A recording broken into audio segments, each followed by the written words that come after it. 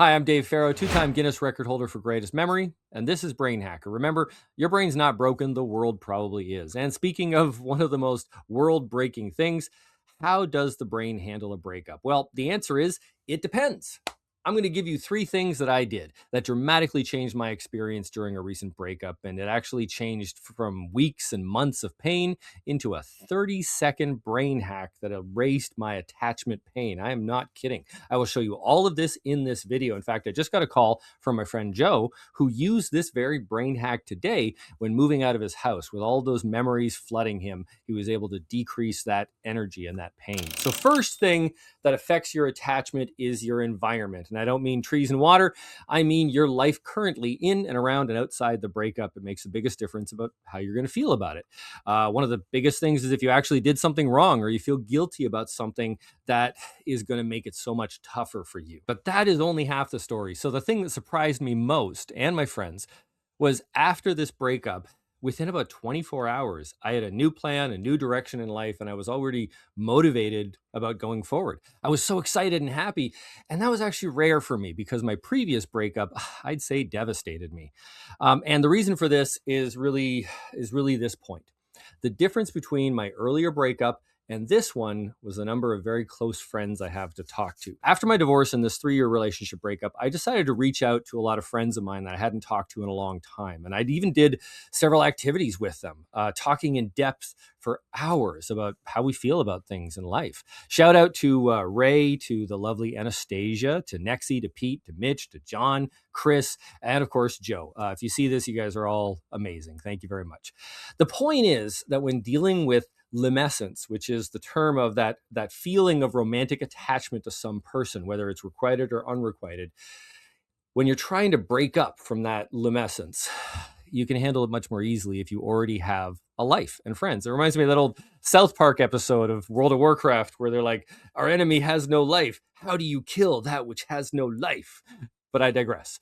I'm getting sidetracked, blame my ADD. But essentially, this worked for me because if you lose one attachment, if you have no other attachments, if your girlfriend or your wife was your whole life and all of your friends were shared, then it's going to be very difficult to move forward. And I got to tell you, it's easy to make friends today. There's no hack for it aside from I do a video on how to get unbreakable self-confidence, so take a look at that. Maybe we'll put it in the comments or on the screen at the end. But everybody seems to be really lonely today and they're not connecting with people. So it just takes nothing more than to reach out to somebody that you have a connection with, talk about something more personal. It takes courage, yeah, but it's worth it. And recently, Anastasia actually sent me a really long voice message about how happy she was for me that within 24 hours, I went from shocked and devastated in this breakup to really happy and motivated and setting goals and reconnecting with my family. In fact, I turned a recent vacation that I had planned to take with my girlfriend in less than a week into a family vacation where I'm going to take my mom and my son. And honestly, that sounds so much more fulfilling than what I had planned. Now, I can tell you, as somebody who moved to another country and had no friends here at one time, this can be really difficult. Like if you're an immigrant or you just work really long hours and you haven't been able to make friends, I get it. I don't have any brain hacks for making friends. It just takes effort. And the more connections you have to friends and even acquaintances, the easier this disconnection will be. Now, the third point here is the brain hack that I've been talking about, and it can help you get out of your toughest times. This is taken actually from, I kid you not, Tibetan monks that I learned about detachment from. I didn't go to Tibet. I'm Canadian. I lived in Toronto for a while, and I was a Buddhist for like 8 years, and I went to the Tibetan monastery. And I got to tell you, I learned so much. And I give this technique kind of my own little twist, my own little memory technique, and I call it actually an anti-memory technique or a forgetting technique. And it's going to be part of my upcoming book, How to Forget. So here is the hack, okay? Think of attachments in a relationship as nothing more than an incredibly strong memory that just won't go away. Almost a traumatic memory, if you can think of it that way. And you just can't stop thinking about it. You have certain images of maybe their face or things that you did that you just can't stop thinking of. Being Guinness record holder for memory, I think I have an advantage in this little arena. I've been making mental connections in my head for years, thousands at a time, recalling on television. So I thought I knew something about memory techniques, but this actually surprised me because it's kind of a forgetting technique. So I applied the idea to ask myself, how could I forget this image, this triggering moment, this happy thought. And I didn't want to forget the thought. I just wanted to take some of the power away so my heart wasn't beating a million miles a minute. So here's the hack. Instead of avoiding visualizing this traumatic thing, I want you to stop and imagine it in your head, but change it a little bit, not a lot, but add something that's disgusting or gross. So if in my case, I imagine us going on this wonderful vacation on a beach. I imagine tons of ants crawling all over the beach. And all of a sudden, that whole image is ruined, right? The reason why this works is because there is a mechanism in the brain called the disgust center. And it is a real center that lights up when you are mad or upset about something. In fact, some people theorize it may be the oldest single separate section of our brain because it goes back to well before language or anything like that. Disgust is the part of the brain that is one of our most powerful protection mechanisms. It's what keeps us from eating something that's rotten, right? So before evolutionarily, before we even had arms and legs, we had intestines and GI tract, and this ability to be disgusted by something kept us safe. Does that make sense? Now, I realize when I'm talking about this hack that I'm leaving myself open to a lot of hate. Comments down below, feel free, bring them on. You could say that your ex is already disgusted with you, Dave, or you're telling me to be disgusted with my ex. I already am there, and things like that. But really, what we're talking about is more of a nonverbal way to talk to your subconscious mind, not what you do on social media or how you trash them, which you should never trash them. Be classy, folks. And the other thing also is that this doesn't mean that you can't have happy thoughts. I mean, my good friend Joe, he said that he still wanted to have happy thoughts of his family, happy thoughts of his marriage, but he just wanted to get rid of that torturous attachment feeling. Let me tell you, there's nothing better than that whole Buddhist techniques to get rid of attachment. So I can't believe anybody's really, thought of this before, really.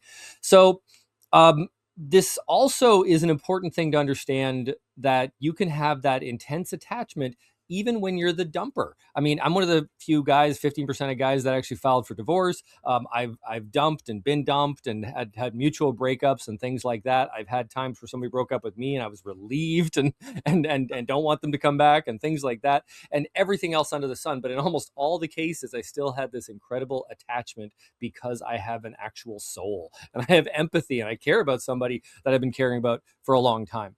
There are some people who might be able to, flip that switch, but I'm a little skeptical of that. I think that's mostly an act. What is my point? Well, my point is that limescence, the term that's used when you have this romantic attachment that you just can't handle, affects us all. And this technique of thinking of a disgusting image, it is something that can help disconnect you from that so that you can actually see it for what it really is. And, maybe you can get a great friendship, or you can at least have some happy thoughts and things like that. And that's what I really want for you in this time. So when you imagine something disgusting in the same image as this thing you're highly attached to, your brain thinks, oh, this thing that I love is now a threat to my survival. It's your way of talking back to your brain, because you can't use words. You can't talk to yourself. I don't know if you've noticed this, but if you have strong emotions, talking yourself down, it doesn't work, right? Words have no effect on these powerful connections, but images do. And images are really powerful. So add something disgusting to it, and the disgust part of the brain will light up like a Christmas tree.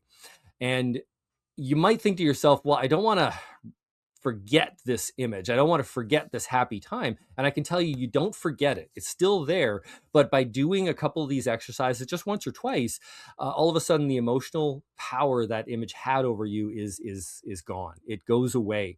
Your brain perceives that happy moment as maybe possibly a threat to us. So we're not going to eat it, as in we're not going to crave it and desire it. But it doesn't mean you forget it completely. It doesn't mean that you can't feel happy about it. In fact, in some ways, you're allowed to feel more happy about it. The brain is weird that way. You just have to try it yourself. So, I tried ants, but I like spiders, creepy crawly bugs. Other people I know put like mold on things, or like they visualize Republicans or Democrats or Karens or Kevins or whatever you find disgusting in this world. I kid you not, that has been done, and I've got a lot of feedback on it, and it works. I had to put politics in here. What can I say? It works. If you do this right, you will feel an immediate change to your state within 30 seconds or less.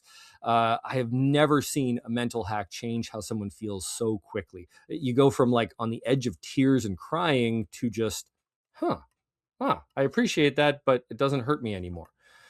and you're just like meh about it, or somewhat happy.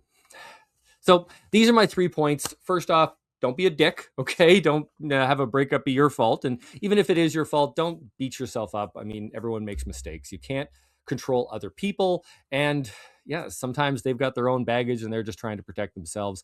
And that's what they're doing. So let go of that and let go of the shame as well. If you did screw up, and you've got to do some work to get rid of that shame and accept that you do make mistakes, we all do, and you still don't deserve to suffer like this, especially if you want to make up for it.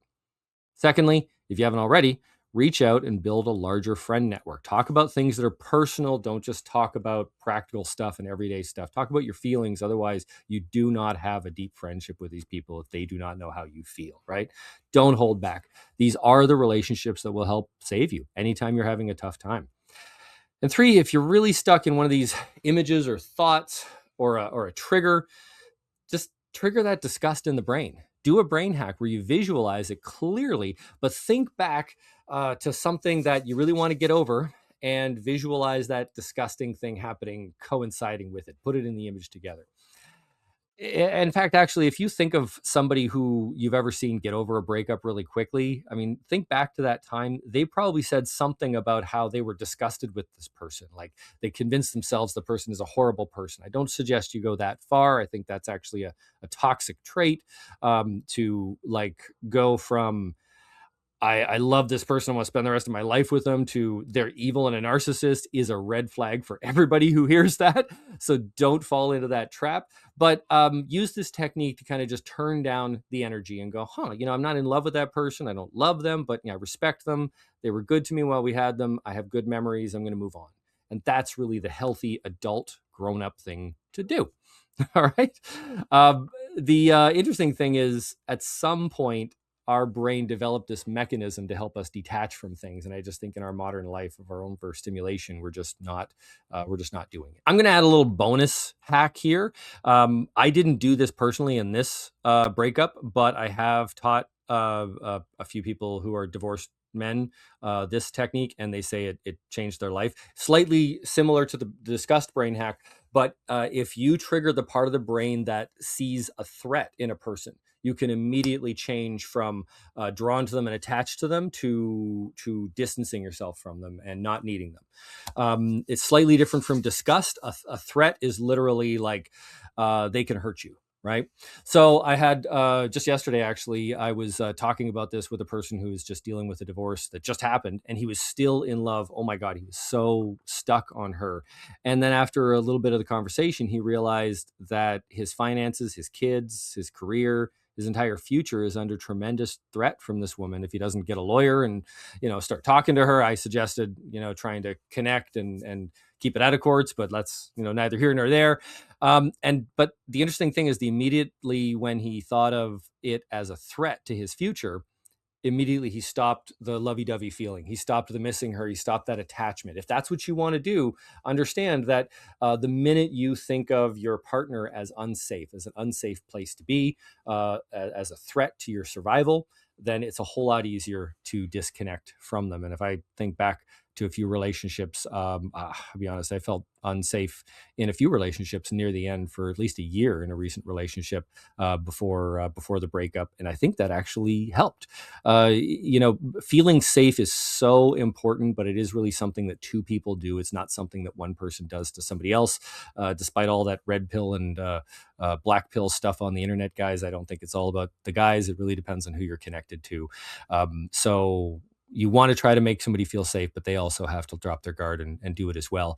And if you can realize that that person, even if you can realize that feeling so attached to them, feeling so drawn to them, distracting yourself from your work and your life and your workouts and everything else, if you can see that as a threat to your personal safety, then immediately it changes how you feel about the person. So that's my final brain hack. Visualize something disgusting like bugs or mold or something. It's a very visceral, physical feeling, or the existential threat of them feeling like there's some threat to you. Now, I want to make it clear that by safe, I just mean safe to express your feelings and communicate, safe to trust the other person, that they got your back, that they're going to take your side if somebody says something against you. That's really important in a relationship, and I'll cover that in another meeting. things like that, not violence or attacks necessarily.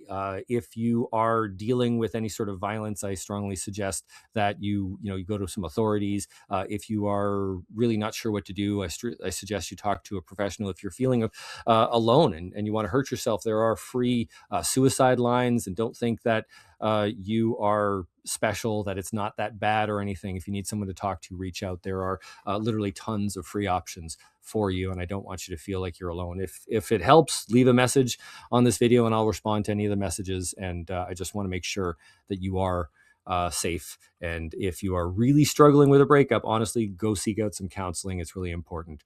Be the better person. All right, improve yourself first before you start to blame somebody else for your problems. All right, so those are my brain hacks. Tell me what you think about the discussed brain hack and the threat to survival brain hack, and maybe some of the other things down below. And if you like this, there's a couple more coming up. Man, I started doing brain hacks about memory and studying and everything, but just this one brain hack about the very odd and strange idea of not calling someone a liar is such a surprising thing that video blew up so much. I'm kind of getting into more of these relationship oriented brain hacks. So let me know if you like what I'm doing here. I thought a lot of this was obvious for a long time, but even with that, I didn't practice what I preach for a long time too. So I'm trying to improve right along with you. Just remember, your brain is not broken. The world probably is. And maybe with enough brain hacks, we can all fix it together. Till next time, don't forget me. I won't forget you.